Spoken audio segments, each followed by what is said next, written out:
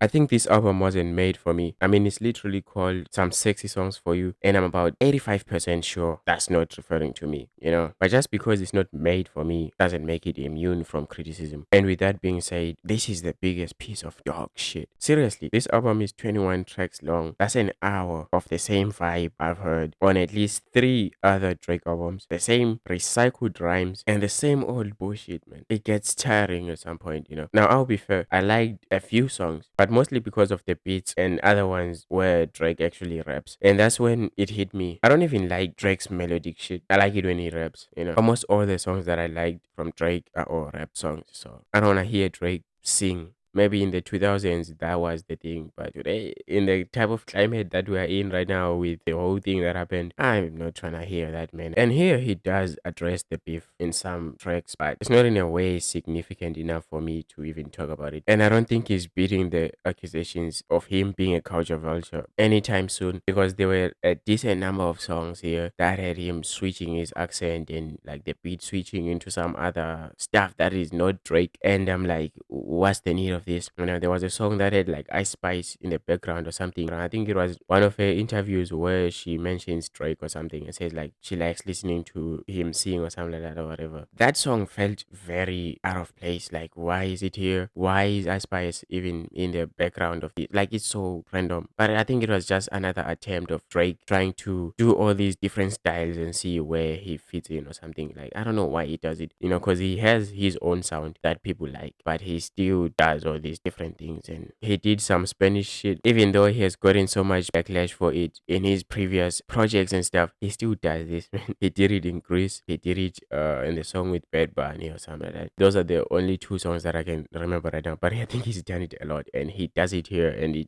it's so pointless, man. So yeah, the songs were just meh, man, like a lot of repetitive stuff. There are no hits coming out of this album. If you were told by a Drake fan that, oh, this was the biggest album ever, big album of the year or R&B, no, nothing like that is happening. This is like the dookiest album I've ever heard from Drake. And mind you, I've heard Honestly Nevermind, which ended up being a banger because people were criticizing it so much. When I heard it, I followed the crowd, but until I listened to it and I thought, I kind of like Drake singing because that was, you know, so the maybe the OG Drake fans didn't like it or something because they liked him rapping and stuff, but that album was good. This Dookie Dog Water, I don't know what to call it, what else, it's just, ugh, you know, it feels so unfinished, like the mastering is so all over the place. I've never listened to a song and hated like how it sounds with autotune so much. And imagine going through 21 songs with that same blah. I'm really disappointed, man, because I'm not like a Drake fan or whatever. So there's no point to be disappointed, but I just feel like, what the hell is this? And speaking of disappointment, this was supposed to be my first real time hearing a Party Next Door album. I've never heard him before. I have a few songs like from that genre that I listen to, but most of them are just like popular songs. I'm not that deep into that. So the way people were talking about him was as if he's this huge R&B superstar whatsoever, blah blah. But he's another Future, man. He sounded so much like Future here, just with a lot more autotune on his voice and like a lower pitch to it. Partynextdoor did nothing here. It's like he went into the studio and just watched Drake take over his album or something like that, and he just sat there on his cock chair and watched, man. Because honestly, 10 minutes into the album, you forget that this is even a collab album. Party just disappears, just pops in here and there. It's like a backup singer or whatever on his own.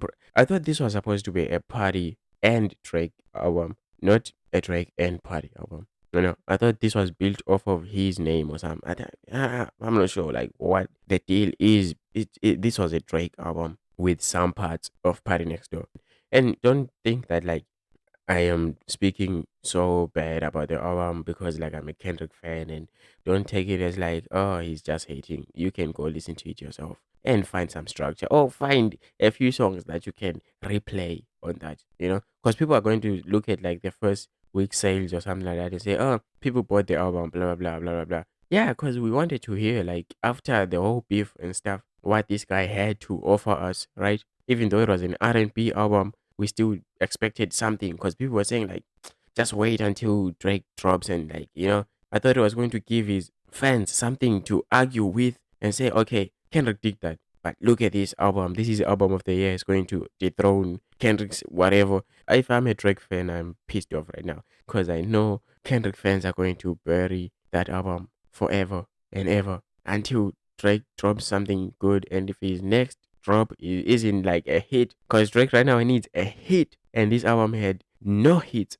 80% of skips. I'm not going to say all the songs are skips because I know a few people are going to like it, like few songs, and I have a few songs liked. Give Me a Hug, and the other one I forgot the name, where he mentions Thug and Future and them. That's something that I need to listen back to and like kind of decipher. But that's not something that I'm going to listen to like while I'm like chilling or anything. Like nah, this is something I'm going to listen to just to break down and think, oh, because I still have to find out what he's talking about. But the rest of the album was just man. He failed to deliver a banger, man. Like I'm sorry. I don't fully hate Drake like most people. I still listen to some of his old stuff, but unfortunately, this album wasn't it for me. But I hope the ladies liked it though, because that it was made for them. It was made for them for sure. So hopefully the ladies liked it, and they're going to be singing it in fucking bars and whatever, and he's going to do his karaoke shit that he did. And with that, I've been your boy Teo. These were my opinions. What are yours? Let me know down in the comments. Like the video and subscribe for more content. See you next time. Alright.